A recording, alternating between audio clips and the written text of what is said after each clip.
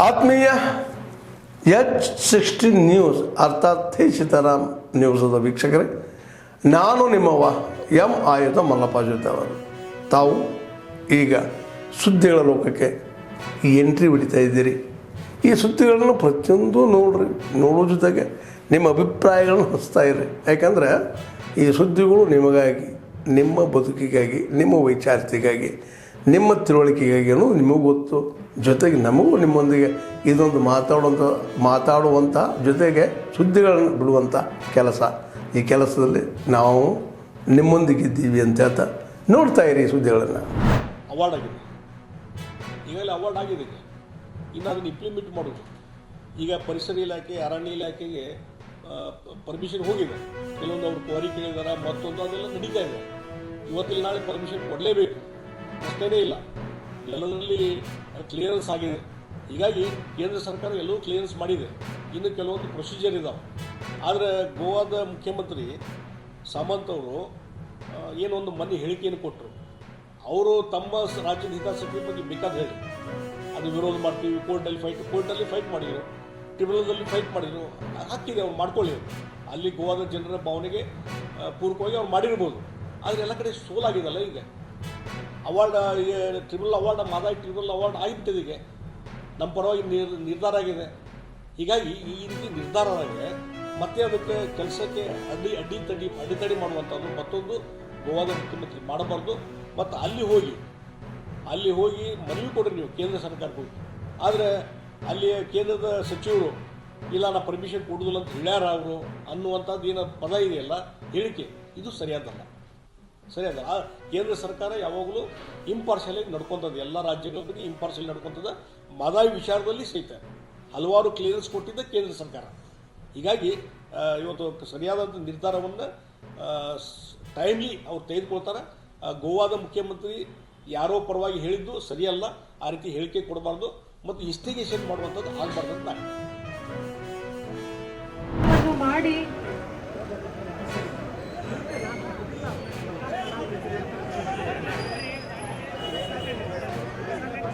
ಯುದ್ಧವನ್ನು ಮಾಡಿ ರಣಹೇಡಿಗಳಿಗೆ ತಕ್ಕ ಉತ್ತರವನ್ನ ಕೊಟ್ಟಿದ್ದಾರೆ.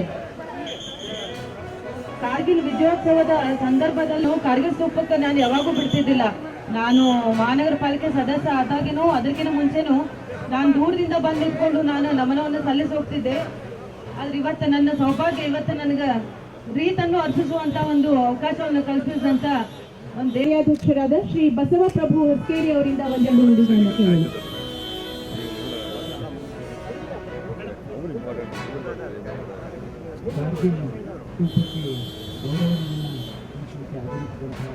ಅಂಥದ್ದೊಂದು ಪ್ರಸಂಗ ಅಂದ್ರೆ ಕಾರ್ಗಿಲ್ ಸಂದರ್ಭದೊಳಗೆ ಅವರು ತಮ್ಮ ಮನಸ್ಪನೆಯನ್ನು ಮಾಡಿ ಭಾರತವನ್ನು ರಕ್ಷಿಸಿದ್ದನ್ನು ನಾವು ಮರೆಯಲಿಕ್ಕಾಗದು. ಆ ಯೋಧರ ತಮ್ಮ ಪ್ರಾಣಾರ್ಪಣೆ ಮತ್ತು ಧೈರ್ಯ, ಶೌರ್ಯ ಮತ್ತು ಅವರ ಸಾಹಸದ ಸಲುವಾಗಿ ಭಾರತ ಆಂತರಿಕವಾಗಿ ಇಷ್ಟು ಸದೃಢವಾಗಿ ಪ್ರಬಲ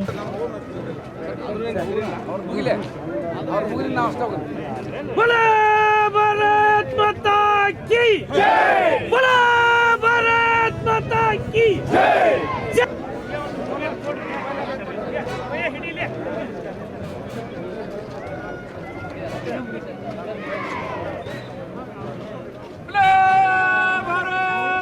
ಅವರ ಆತ್ಮಕ್ಕೆ ಶಾಂತಿ ಕೋರೋಣ ಅಂತ ಹೇಳಿ ಮತ್ತು ಇದೇ ಭಾರತ ದೇಶದ ಮಾತೆಯಲ್ಲಿ ಹುಟ್ಟಿ ಬರಲಿ ಅಂತ ಹೇಳಿ ಅವರಿಗೆ ಬೇಡಿಕೊಳ್ಳೋಣ. ಈಗ ಅಖಿಲ ಕರ್ನಾಟಕ ಮಾಜಿ ಸೈನಿಕರ ಸಂಘದ ವತಿಯಿಂದ ಹುಬ್ಬಳ್ಳಿ ಧಾರವಾಡ ಮಹಾನಗರದ ಮಹಾಪೌರಾದ ಶ್ರೀಮತಿ ಜ್ಯೋತಿ ಪಾಟೀಲ್ ಮೇಡಮ್ ಅವರು ಕೂಡ ಇದ್ದಾರೆ.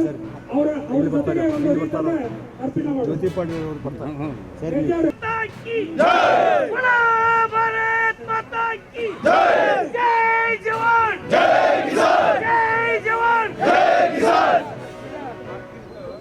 ನಮ್ಮ ಹುಬ್ಬಳ್ಳಿ ಧಾರವಾಡ ಮಹಾನಗರ ಪೌರರು ಅನ್ನೋಕ್ಕಿಂತ ನಮ್ಮ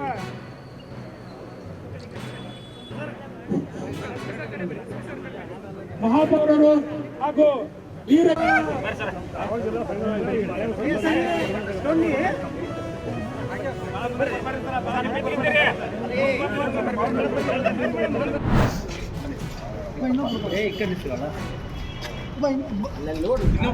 ಇನ್ನೊಬ್ರು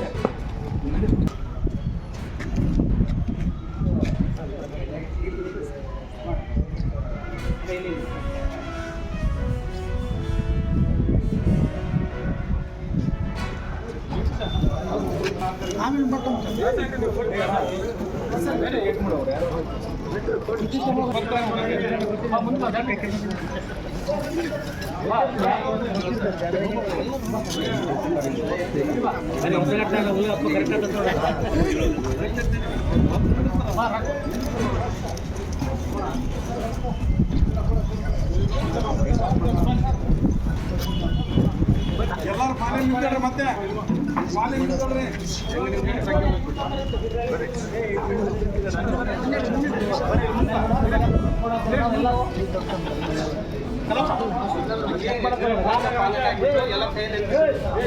ಎಲ್ಲರೂ ಪಾಲನೆ ಮಾಡ್ಬೇಕು. ಎಲ್ಲರೂ ಪಾಲನೆ ನಿಂತ್ಕೊಳ್ರಿ. ಹೆಲ್ಮೆಟ್ ಜೊತೆಗೆ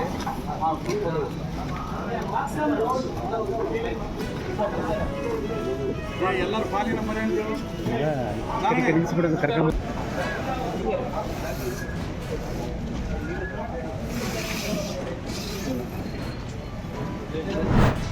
ನಮಸ್ಕಾರ.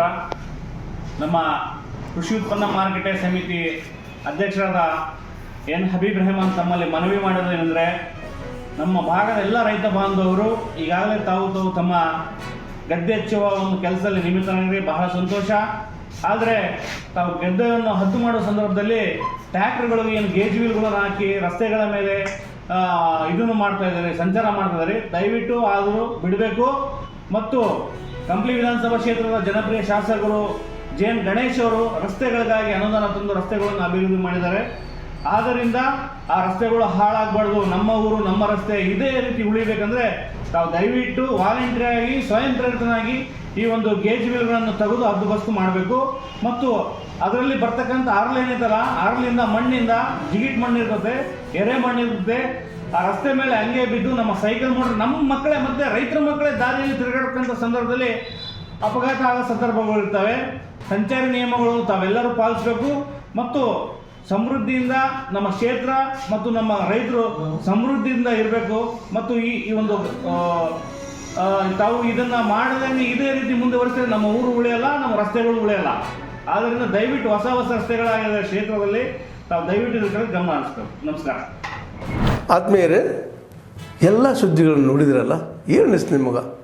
ಇದರಲ್ಲೇ ನಿಮ್ಗೆ ಲೈಕ್ ಆಗಿರ್ಬೋದು, ಡಿಸ್ಲೈಕು ಆಗಿರ್ಬೋದು, ಕಾಮೆಂಟ್ ಬೇಡಪ್ಪ ಅಂತೂ ಅನಿಸಿರ್ಬೋದು, ಕಾಮೆಂಟ್ ಮಾಡಬೇಕಪ್ಪ ಅನಿಸ್ಬೋದು, ಶೇರ್ ಮಾಡಬಾರ್ದಪ್ಪ ಅನಿಸಿರ್ಬೋದು, ಅದು ಮಾಡಬೇಕು ಅನಿಸಿರ್ಬೋದು.